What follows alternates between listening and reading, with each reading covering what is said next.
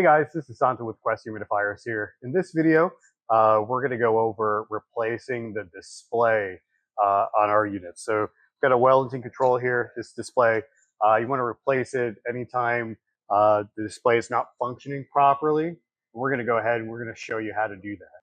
Okay, so here's the back side of our display. You notice that there are some tabs that are holding it in place. What you're going to need for that is you're going to need a flathead screwdriver.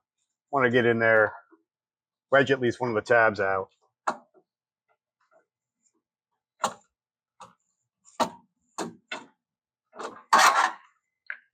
Push the display out.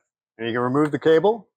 And if this display was bad, then obviously we would replace that display. This one turns out that actually it's good. We're going to pop it back in here. We're going to reattach the cable.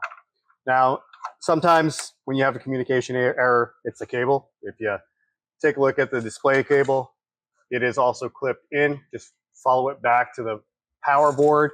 Pretty simple to find. Click that out. Click that back in if you need to replace that. But that's what you would do if you were having some issues with your display.